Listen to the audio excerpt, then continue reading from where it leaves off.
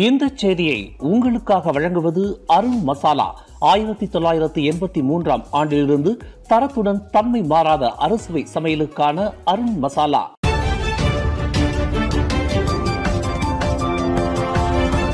வணக்கம். திசைகளின் ஒரு மணி செய்திகள். 9 மாதங்கள் விண்வெளியில் தவித்த சுனிதா வில்லியம்ஸ், பர்ச் வில்மோ பாதுகாப்பாக பூமியை வந்தடைந்தனர். எங்கும் மகிழ்ச்சி, பெருமிதம்.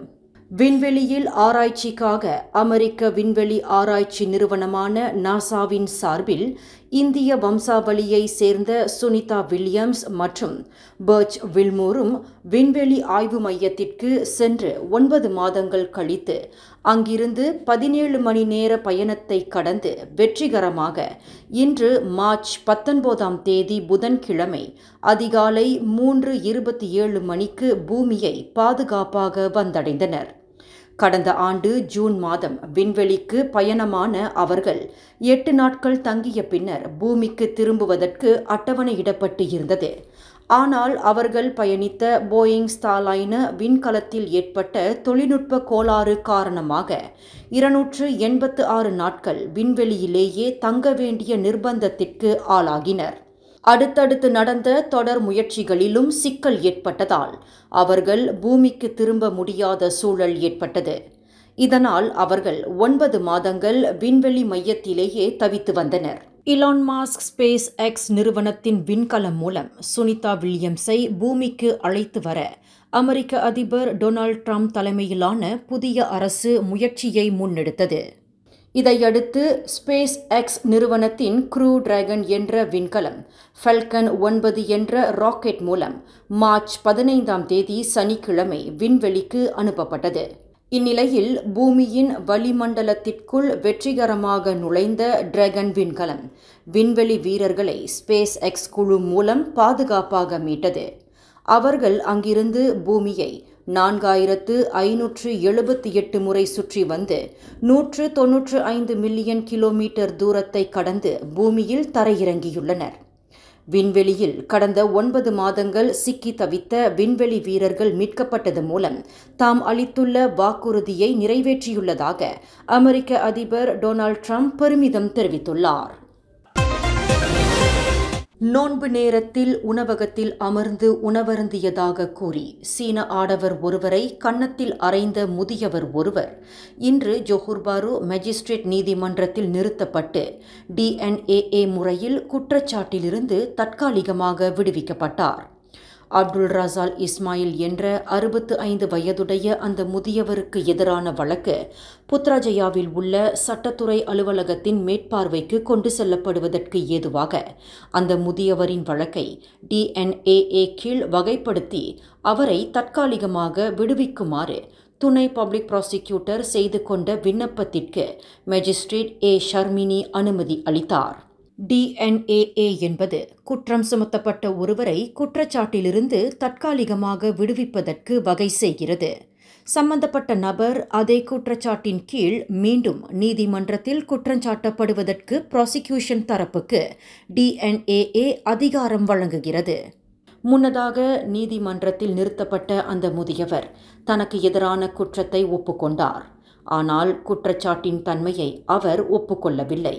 இதனைத் தொடர்ந்து அந்த முதியவரின் வாக்குமூலத்தை மேஜிஸ்ட்ரேட் ஷர்மினி நிராகரித்தார்.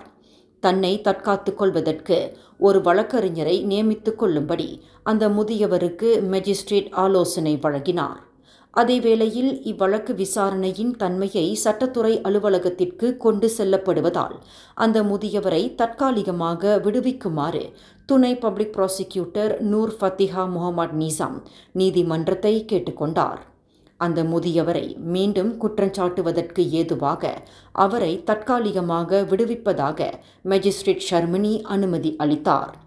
கடந்த ஞாயிற்றுக்கிழமை பிற்பகல் 3:45 மணியளவில் ஜோஹர் பாருவில் ஒரு பேரங்காடியின் உணவகத்தில் உணவருந்திக் கொண்டிருந்த சீன ஆடவர் ஒருவரை நோன்பு நேரத்தில் உணவருந்திக் கொண்டு இருப்பதாக கூறி அவரை கன்னத்தில் அறைந்ததற்காக சம்பந்தப்பட்ட முதியவருக்கு எதிராக வழக்கு பதிவு செய்யப்பட்டுள்ளது. குற்றவாளி என்று நிரூபிக்கப்பட்டால் குறைந்தபட்சம் ஓராண்டு சிறை அல்லது 2000 ரிங்கிட் அபராதம் விதிக்க வகை செய்யும் குற்றவியல் சட்டத்தின் கீழ் அந்த முதியவருக்கு எதிராக வழக்கு பதிவு செய்யப்பட்டுள்ளது. லஞ்ச ஊழல் மற்றும் சட்டவிரோத பணமாற்றம் தொடர்பில் முன்னாள் பிரதமர் டத்தோஸ்ரீ இஸ்மாயில் சப்ரி யாக்கூப் இன்று புதன்கிழமை 5வது நாளாக மலேசிய ஊழல் தடுப்பு ஆணையமான SPRM விசாரணைக்கு ஆளாகியுள்ளார். காலை 9:57 மணிக்கு இஸ்மாயில் சப்ரி புத்ராஜயாவில் உள்ள SPRM தலைமையகத்திற்கு வந்தார். நேற்று செவ்வாய்க்கிழமையும் அவர் விசாரணைக்கு ஆஜராகி இருக்க வேண்டும். எனினும் அவர் ஏன் நேற்றைய விசாரணையில் ஆஜராகவில்லை என்று SPRM தெளிவுபடுத்தவில்லை. கடந்த 2021ஆம் ஆண்டு ஆகஸ்ட் மாதம் நாட்டின் பிரதமராக பொறுப்பேற்ற இஸ்மாயில் சப்ரி 2022ஆம் ஆண்டு நவம்பர் மாதம் வரையில் 14 மாதங்கள் நாட்டை வழிநடத்தி வந்தார். தாம் பிரதமராக இருந்தபோது இஸ்மாயில் சப்ரி முன்னெடுத்த மலேசிய குடும்பம் என்ற பிரச்சாரத்திற்கு செலவிடப்பட்ட பெரும் தொகை தன்னுடைய கணக்கிற்கு மடைமாற்றம் செய்து கொண்டதாக கூறப்படும் குற்றச்சாட்டு அடிப்படையிலும் ஒரு வீட்டில் 177 மில்லியன் ரிங்கிட் பெறுமானமுள்ள ரொக்க பணம் மற்றும் தங்கக்கட்டிகள் மீட்கப்பட்டது தொடர்பிலும் அவர் SPRM-இனால் விசாரணை செய்யப்பட்டு வருகிறார். தனக்கு விதிக்கப்பட்ட 7 ஆண்டு சிறை, 2 பிரம்படி தண்டனை மற்றும் 10 மில்லியன் ரிங்கிட் அபராத தொகை மீதான தீர்ப்பை ரத்து செய்ய கோரி Muar MP shade Sadiq Abdul Rahman செய்து கொண்ட மேல்முறையீடு மீதான விசாரணை புத்ராஜயா அப்பீல் நீதிமன்றத்தில் இன்று காலையில் தொடங்கியது. நம்பிக்கை மோசடி குற்றத்திற்காக தனக்கு விதிக்கப்பட்ட தண்டனை குறித்து முடிவெடுக்கும் பொறுப்பை 110 விழுக்காடு இறைவனிடமே விட்டுவிடுவதாக செய்தியாளர்களிடம் பேசுகையில் 33 வயதுடைய ஷேட் சாடிக் தெரிவித்தார். இந்த மேல்முறையீட்டில் உண்மை வெல்லும், நீதி நிலைநாட்டப்படும் என்று மூடா கட்சியின் முன்னாள் தலைவரான ஷேட் சாடிக் நம்பிக்கை தெரிவித்தார். 4 வாகனங்கள் சம்பந்தப்பட்ட கோர விபத்தில் 3 உயிரிழந்தனர். மேலும் 2 காயமுற்றனர். இச்சம்பவம் இன்று அதிகாலை 3:24 மணியளவில் வடக்கு தெற்கு நெடுஞ்சாலை 58.4வது கிலோமீட்டர் கெடா பெண்டாங் அருகில் நிகழ்ந்தது. ஒரு புரோத்தோன்சாகா BLM ரக கார், ஒரு 4-வீல் டிரைவ் வாகனம் மற்றும் 2 லாரிகள் இந்த விபத்தில் சம்பந்தப்பட்டு இருந்ததாக பெண்டாங் தீயணைப்பு மீட்பு படை நிலைய தலைவர் ஜுல்கிஃப்லி மனாஃப் தெரிவித்தார். உயிரிழந்தவர்களின் உடல்களை வாகனத்தின் இடிபாடுகளில் இருந்து மீட்பதற்கு தீயணைப்பு படையினர் பிரத்யேக சாதனங்களை பயன்படுத்தியதாக அவர் குறிப்பிட்டார்.